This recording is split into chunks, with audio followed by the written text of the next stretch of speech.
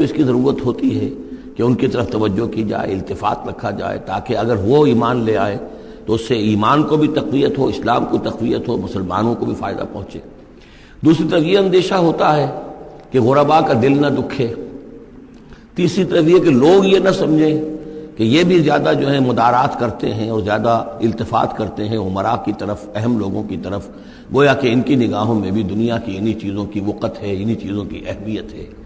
تو یہ تین طرف کے چیز سمجھیے کہ یہ چکی دو پارٹوں والی نہیں، تین پارٹوں والی ہے، کہ جس میں کوئی داعی جو ہوتا ہے وہ اس مخمصے میں آ جاتا ہے کہ ایک طرف تقاضا یہ ہے خود تحریک کا، دعوت کا، اس جد و جہد کا، اس کے تقاضے یہ ہیں کہ ان کی طرف التفات ہو، ان کی طرف توجہ کی جائے تاکہ ان میں سے کچھ لوگ ایمان لے آئیں تو کام میں سہولت حاصل ہو، مدد حاصل ہو۔ لیکن دوسری طرف یہ منفی دو اثرات بھی موجود ہیں۔ تو اس کے مابین جو ہے حکم دیا جا رہا ہے حضور صلی اللہ علیہ وسلم کو کہ بہرحال آپ یہ احتیاط کیجئے کہ یہ تاثر نہ ابھرنے پائے کہ محمد کے نزدیک بھی صلی اللہ علیہ وسلم اصل اہمیت جو ہے وہ دولت مند لوگوں کی ہے۔ وَلَا تُطِعْ مَنْ أَغْفَلْنَا قَلْبَهُ عَنْ ذِكْرِنَا، اور مت کہنا مانیے ان لوگوں کا، یہ جیسا کہ میں نے بارہا عرض کیا ہے کہ دباؤ پڑ رہا تھا سرداران قریش کی طرف سے کہ کچھ ہماری بات مان لیجئے، کچھ ہم آپ کی مان لیں گے۔ تو یہاں گویا کہ اس میں پھر متنبہ کیا جا رہا ہے کہ جن لوگوں کو دلوں کو ہم نے اپنی یاد سے غافل کر دیا ہے، محروم کر دیا ہے، آپ ان کی باتیں سنیں بھی مت، ان کی طرف دھیان بھی مت دیجیے۔ وَلَا تُطِعْ مَنْ أَغْفَلْنَا قَلْبَهُ عَنْ ذِكْرِنَا وَاتَّبَعَ هَوَاهُ وَكَانَ أَمْرُهُ فُرُطًا وَقُلِ الْحَقُّ مِنْ رَبِّكُمْ۔ یہ جو مضمون ابھی ہم نے دوبارہ پڑھا ہے، اس کو آپ دیکھیں گے کہ یہ 21ویں پارے کی آغاز میں پھر دوبارہ آئے گا کہ جب بھی شدید کشاکش کا دور آیا ہے تو اس میں یہی ہدایات اللہ تعالیٰ کی طرف سے آئی ہیں حضور کو اور حضور کی وساطت سے تمام اہل ایمان کو، کہ قرآن مجید کے ساتھ تمسک جو ہے اور مضبوط کرو، قرآن مجید کے ساتھ اپنے تعلق کو اور گہرا کرو، اور اس کو پڑھنا اور اس کا جو ہے اس کے ساتھ جو ہے اپنے اوقات کا بسر کرنا، اس میں اور اضافہ کرو، اسی سے تم ان شدائد اور مصائب کا مقابلہ کر سکو گے۔ وَقُلِ الْحَقُّ مِنْ رَبِّكُمْ، اور کہہ دیجئے یہ حق ہے میرے رب کی طرف، تمہارے رب کی طرف سے جو میں پیش کر رہا ہوں۔ فَمَنْ شَاءَ فَلْيُؤْمِنْ وَمَنْ شَاءَ فَلْيَكْفُرْ، تو اب جو چاہے ایمان لائے، جو چاہے کفر کرے۔ یہ بالکل وہی بات ہے جو سورۃ الدہر میں کہی گئی ہے کہ اما شاکرا و اما کفورا، ہم نے پورا اختیار دے دیا، انا ہدیناہ السبیل اما شاکرا و اما کفورا، یہ اختیار ہم نے انسان کو دیا ہے، چاہے شکر گزار بندہ بنے، چاہے کفران نعمت کی روش اختیار کرے۔ تو یہاں انداز یہ ہے کہ آپ ان کفار سے کہہ دیں کہ میں دعوت پیش کر رہا ہوں، اب تمہیں ایمان لانا ہے لاؤ، کفر کرنا ہے کفر کرو، لیکن بین کی کوئی بات نہیں ہو سکتی، کوئی گیو اینڈ ٹیک، کوئی جو ہے کمپرومائز، یہ ممکن نہیں ہے۔ قُلِ الْحَقُّ مِنْ رَبِّكُمْ، ٹیک اٹ اور لیو اٹ، یہ حق ہے تمہارے رب کی طرف سے، چاہے اسے چھوڑ دو تو پورے کو چھوڑنا ہوگا، قبول کرنا ہے تو پورے کو کرنا ہوگا۔ فَمَنْ شَاءَ فَلْيُؤْمِنْ وَمَنْ شَاءَ فَلْيَكْفُرْ إِنَّا أَعْتَدْنَا لِلظَّالِمِينَ نَارًا، ہم نے ظالموں کے لیے، کافروں کے لیے، مشرکوں کے لیے آگ تیار کر رکھی ہے، احاطہ بہم سرادقها، اس کی قناتیں ان کا احاطہ کر لیں گی، وہ قناتوں کی شکل میں آگ ہوگی، ان کو گھیرے میں لے لیں گی۔ وَإِن يَسْتَغِيثُوا، اور اگر وہ پیاس سے جہاں بلب ہو کر پانی مانگیں گے، یغاثوا بماء کالمہل یشفی الوجوہ، تو انہیں ایسا پانی دیا جائے گا پینے کے لیے کہ جیسے بھول، یہ جو محل کے ترجمے کئی کیے گئے ہیں، کھولتے تیل کی تلچھٹ، لاوا، پگھلا ہوا تانبا اور پیپ وغیرہ، مان سدید، ان میں، اور وہ اتنا گرم ہوگا یشوی الوجوہ کہ ان کے چہروں کو بھون دے گا۔ بیس الشراب، بہت ہی بری شے ہوگی پینے کی، وساعت مرتفقہ، اور یہ ان کے لیے ان کی آرام گاہ جو بنے گی جہنم، بہت ہی بری آرام گاہ ہوگی۔ اس کے برعکس وہی سائملٹینیس کنٹراسٹ کا اسلوب، ان الذین آمنوا وعملوا الصالحات، جو لوگ ایمان لائیں اور نیک عمل کریں، انا لا نضیع اجر من احسن عملا، ہمارا یہ اصول نہیں ہے کہ جو لوگ اچھے عمل کریں ان کے اجر کو ہم ضائع کر دیں، ان کا اجر بھرپور انہیں ملے گا۔ اولئک لہم جنات عدن تجری من تحتہم الانہار، یہ وہ لوگ ہیں کہ جن کے لیے ہیں وہ رہنے والے باغات، ریزیڈینشل گارڈنز، جن کے دامن میں ندیاں بہتی ہوں گی، یحلون فیہا من اساور من ذہب، انہیں پہنائے جائیں گے وہاں کنگن سونے کے، ویلبسون ثیابا خضرا من سندس، اور ان کو وہ پہنیں گے وہاں پر کپڑے سبز رنگ کے، باریک ریشم کے اور گاڑھے ریشم کے، یعنی اوپر کا لباس جو ہوگا وہ باریک ریشم کا ہوگا اور جو نیچے کا لباس ہوگا وہ گاڑھے ریشم کا ہوگا۔ متکئین فیہا علی الارائک، اور وہ وہاں پر تکیہ لگائے ہوئے، ٹیک لگائے ہوئے بیٹھے ہوں گے تختوں کے اوپر۔ نعم الثواب، کیا ہی اچھا بدلہ ہوگا، وحسنت مرتفقا، اور کیا ہی خوب ان کے لیے آرام گاہ ہوگی۔ 5ویں رکوع میں ایک مکالمہ آ رہا ہے دو اشخاص کا۔ ایک شخص وہ ہے کہ جس کو اللہ نے دنیاوی نعمتیں جو بھی اس دور کی تھیں بھرپور دی ہیں، مادی وسائل بھرپور دے رکھے ہیں، اور وہ اس قدر اس کا معاملہ ٹھیک چل رہا ہے کہ ہوتے ہوتے اس کی نگاہ اب اللہ کی طرف سے ہٹ کر ان مادی اسباب و وسائل ہی پر جم گئی ہے، اس کا توکل اور اعتماد اسی پر قائم ہو گیا ہے۔ ایک دوسرا شخص ہے دنیاوی اعتبار سے مرفع الحال نہیں ہے، اس کے پاس دولت نہیں ہے، دنیاوی چیزیں نہیں ہیں، لیکن وہ اللہ تعالیٰ کی معرفت اسے حاصل ہے۔ وہ اس دولت مند آدمی کو کوئی نصیحت کرتا ہے کہ تم اللہ کو بھول گئے ہو، تمہیں چاہیے کہ ان تمام چیزوں کے اوپر جو بھی اللہ نے تمہیں دی ہے اس کا شکر ادا کرو، اس کا حق ادا کرو۔ لیکن اس نے اپنے گھمنڈ میں آ کر اسے بہت تلخ جواب دیا کہ میرے پاس یہ سب کچھ ہے، تو گویا کہ میں اللہ تعالیٰ کا لاڈلا ہوں، چہیتا ہوں، تم جوتیاں پٹخار رہے ہو، تمہارے پاس کچھ نہیں ہے، تمہاری کوئی حیثیت نہیں ہے، تمہاری یہ حیثیت ہی نہیں کہ مجھے تم واعظ بھی کہو۔ لیکن یہ کہ اس پر پھر جو ان کے درمیان معاملہ ہوا تو انہوں نے کہا، اس شخص نے، کہ ہو سکتا ہے کہ اللہ تعالیٰ تمہارے اس سارے دولت کو اور مال و اسباب کو ضائع کر دے، لیکن یہ کہ اس نے کہا کیسے ہو سکتا ہے، میں نے سارا بندوبست ٹھیک کیا ہوا ہے۔ بہرحال نتیجہ یہ نکلا کہ اللہ تعالیٰ نے اس کی اس پوری دولت کو ایک طریقے سے ضائع کر دیا، اور پھر وہ اپنے ہتھیلیاں ملتا رہ گیا، کف افسوس ملتا رہ گیا، اور اس نے کہا ہائے کاش کہ میں نے اپنے رب کے ساتھ شرک نہ کیا ہوتا۔ حالانکہ اس پورے رکوع میں کہیں کسی دیوی کا، دیوتا کا، کسی اور الہہ کا کوئی ذکر نہیں ہے۔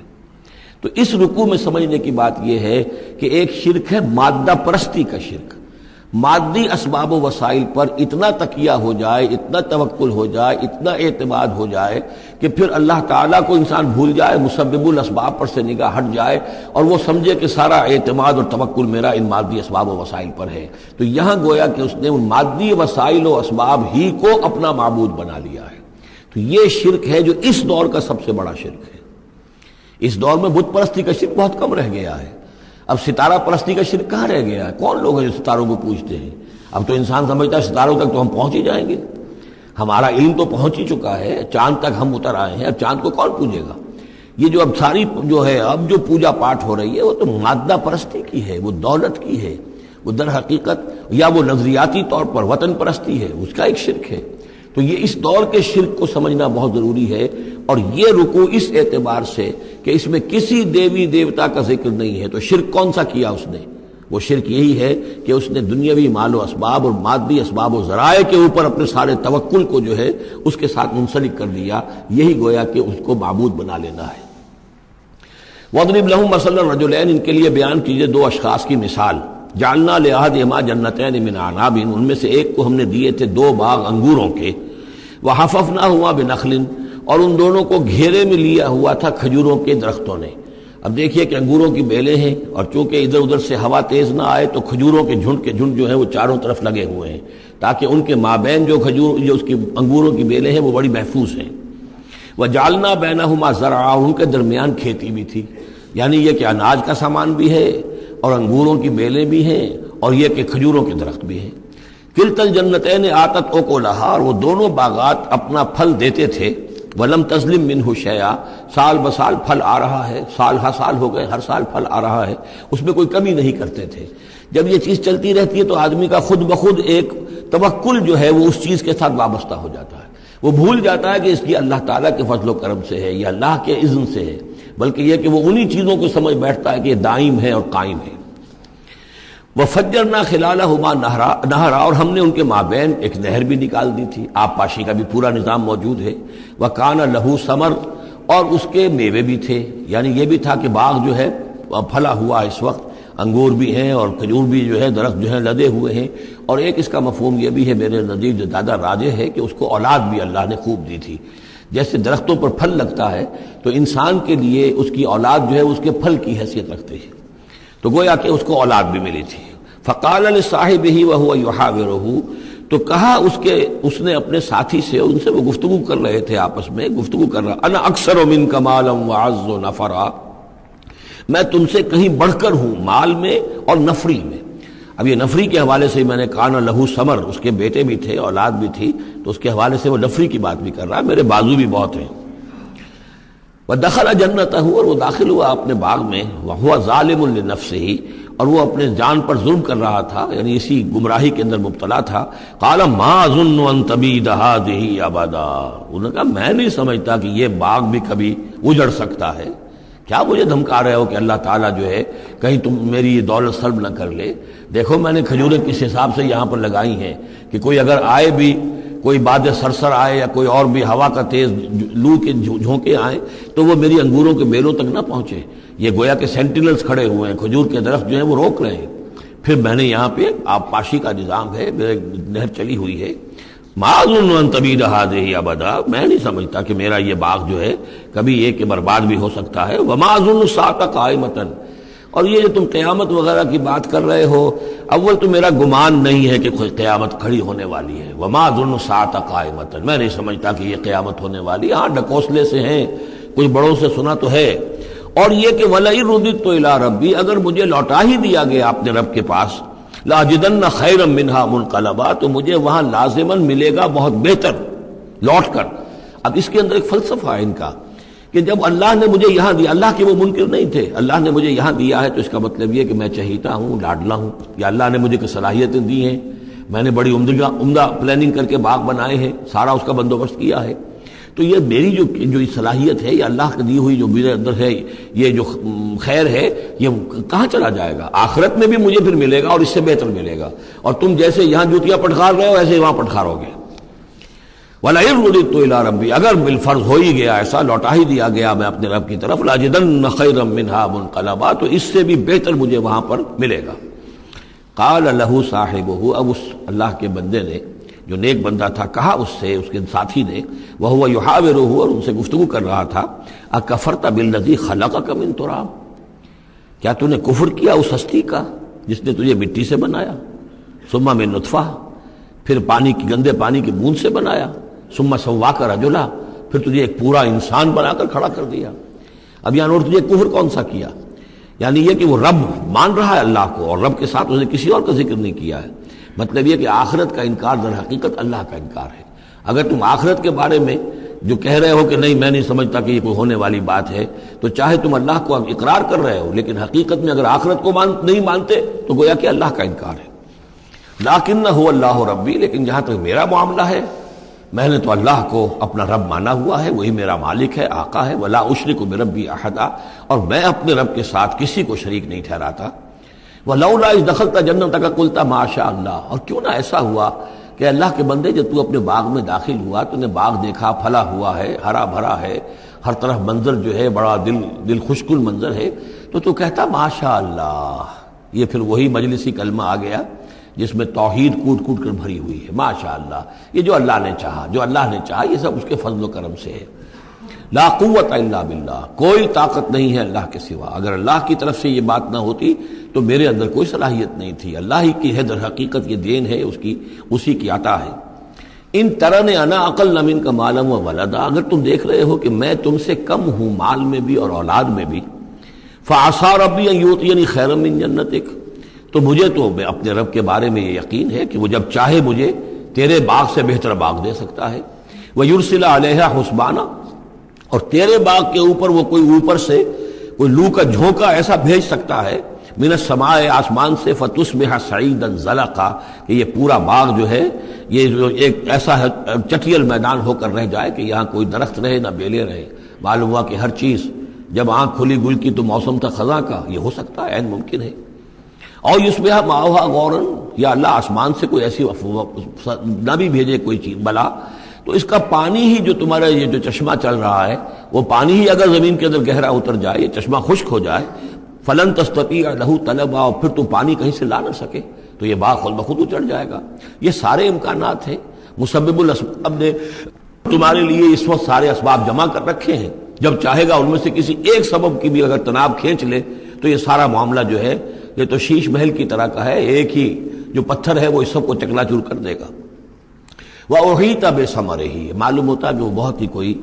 اللہ کا پہنچا ہوا شخص تھا، جو اللہ کا دوست تھا، اور اس کا دل دکھایا اس شخص نے،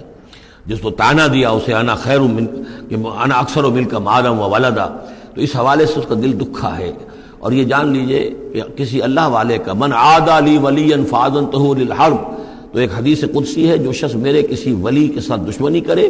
پھر میری طرف سے اس کے خلاف اعلان جنگ ہے، تو اس نے چونکہ یہ دل دکھایا ہے۔ اور فارسی کا ایک شعر بھی بڑا مزیدار ہے کہ ہیچ قوم را خدا رسوا نہ کرد، تا دلے صاحب دلے نامد میں درد۔ کسی صاحب دل کے دل کو ٹھیس لگتی ہے، درد اس کے اندر پیدا ہو جاتا ہے، صاحب دل ہو، اللہ کی محبت اس کے دل میں ہو اور اسے ٹھیس پہنچے، تو تا دلے صاحب دلے نامد میں درد، ہیچ قوم را خدا رسوا نہ کر۔ قومیں بڑی رسوا ہو جاتی ہیں کسی ایک اللہ والے کی کہ دل جو ہے اس کی دل کو اگر تکلیف پہنچے تو وَأُحِيطَ بِثَمَرِهِ، اس کا سارا ثمر سمیٹ لیا گیا، اللہ تعالیٰ نے جو کچھ اس کو دیا تھا وہ سلب کر لیا، باغ بھی ختم ہوا، اولاد بھی ختم ہوئی۔ فَأَصْبَحَ يُقَلِّبُ كَفَّيْهِ عَلَىٰ مَا أَنفَقَ فِيهَا، تو وہ رہ گیا اپنے ہاتھوں کو ملتا ہوا، اپنی ہتھیلیوں کو ملتا ہوا، جسے ہم کہتے ہیں کفِ افسوس ملنا۔ یقلب کفیہ علی ما انفق فیہا، جو کچھ اس نے خرچ کیا تھا، انویسٹ کیا تھا، محنت کی تھی، کتنا عرصہ لگا تھا اس باغ کے پلاننگ میں، باغ کو اس نے لگایا تھا، کہاں کہاں سے پودے لایا ہوگا۔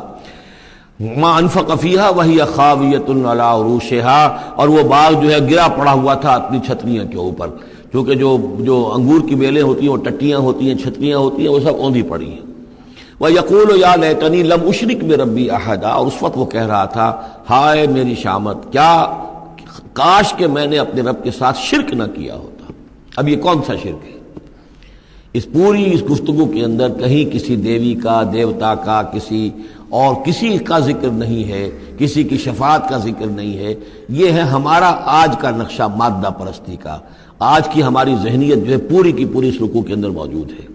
وَلَمْ تَكُنْ لَهُ فِئَةٌ يَنْصُرُونَهُ، اور نہ ہوئی پھر اس کی کوئی جماعت، کوئی اس کی فوج ہوتی جو اس کی مدد کرتی من دون اللہ، اللہ کے مقابلے میں۔ وَمَا كَانَ مُنْتَصِرًا، اور نہ ہی وہ اس قابل تھا کہ کسی سے انتقام لے۔ کس سے انتقام لے؟ سارا فیصلہ تو اللہ کی طرف سے ہوا ہے۔ هُنَالِكَ الْوَلَایَةُ لِلَّهِ الْحَقِّ، یہاں تو حکومت اور اختیار کل کا کل اللہ ہی کے لیے ہے، سچے اللہ کے لیے جو الحق ہے۔ یہ ولایا ہے واو کے زبر کے ساتھ۔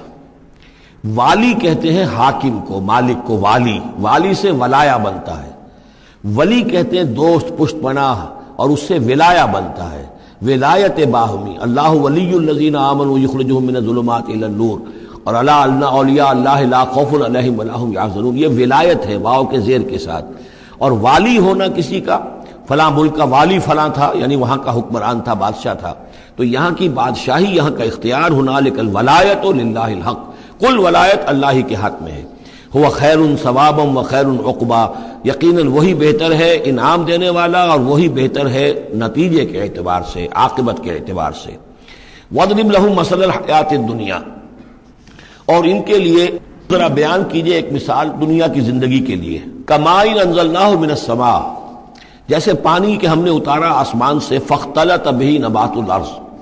اس کے ساتھ رل مل کر زمین کا جو سبزہ ہے وہ نکل آیا۔ فَأَصْبَحَ حَشِيمًا تَذْرُوهُ الرِّيَاحُ، اب یہ ایک لمبی بات ہے جسے مختصر کیا گیا کہ پھر کچھ عرصے کے بعد وہ سبزہ جو ہے وہ زرد پڑ جاتا ہے، پھر دھوپ کے اندر سوکھ کر پیلا ہو گیا، پھر چورا چورا ہو گیا، پھر وہ چٹیل زمین کی زمین رہ گئی۔ تو زندگی کا یوں سمجھیے کہ جیسے فصل لے لیجئے، کھیت کے اندر آپ نے بیج ڈالے ہیں، ہل چلایا ہے، پانی دیا ہے، اب فصل ہے، لہرا رہی ہے، ہریاول ہے، بڑا دل خوش کن منظر ہے۔ کچھ دنوں کے بعد اسی فصل کے اوپر جو زردی آ جاتی ہے، پھر وہ پک گئی ہے، اس کے بعد وہ کٹ جاتی ہے، کٹنے کے بعد پھر وہی منظر وہی ہے، وہی ویران منظر ہے، اور کہیں کہیں جو ہے وہ جو بھی توڑی کے تن کے کچھ پڑے ہوئے ہیں، اللہ اللہ خیر صلی اللہ۔ یہ جو سائیکل ہے، یہ پلانٹ لائف کی سائیکل ہے، 3 مہینے کی ہے، 4 کی ہے، 6 کی ہے، 7 کی ہے، یہی ہے نا۔ لیکن یہی سائیکل ایک بڑے پیمانے پر انسانی زندگی کی ہے۔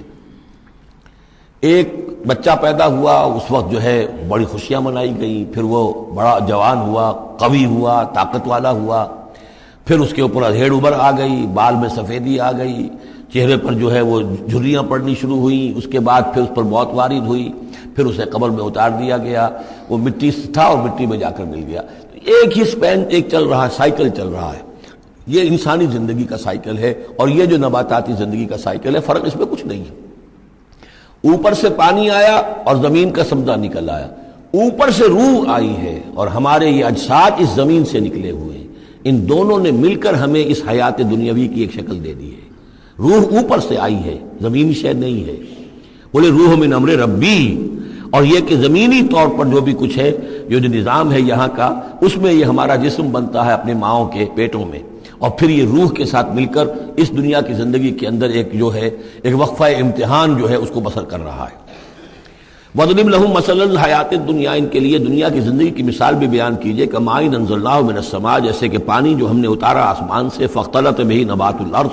تو پھر اس کے ساتھ سبزہ جو ہے زمین کا رل مل کر نکل آیا، فَأَصْبَحَ حَشِيمًا، پھر وہ ہو گیا چورا چورا، تَذْرُوهُ الرِّيَاحُ، کہ جنہیں ہوائیں لیے اڑتی پھر رہی ہیں۔ وَكَانَ اللَّهُ عَلَىٰ كُلِّ شَيْءٍ مُقْتَدِرًا،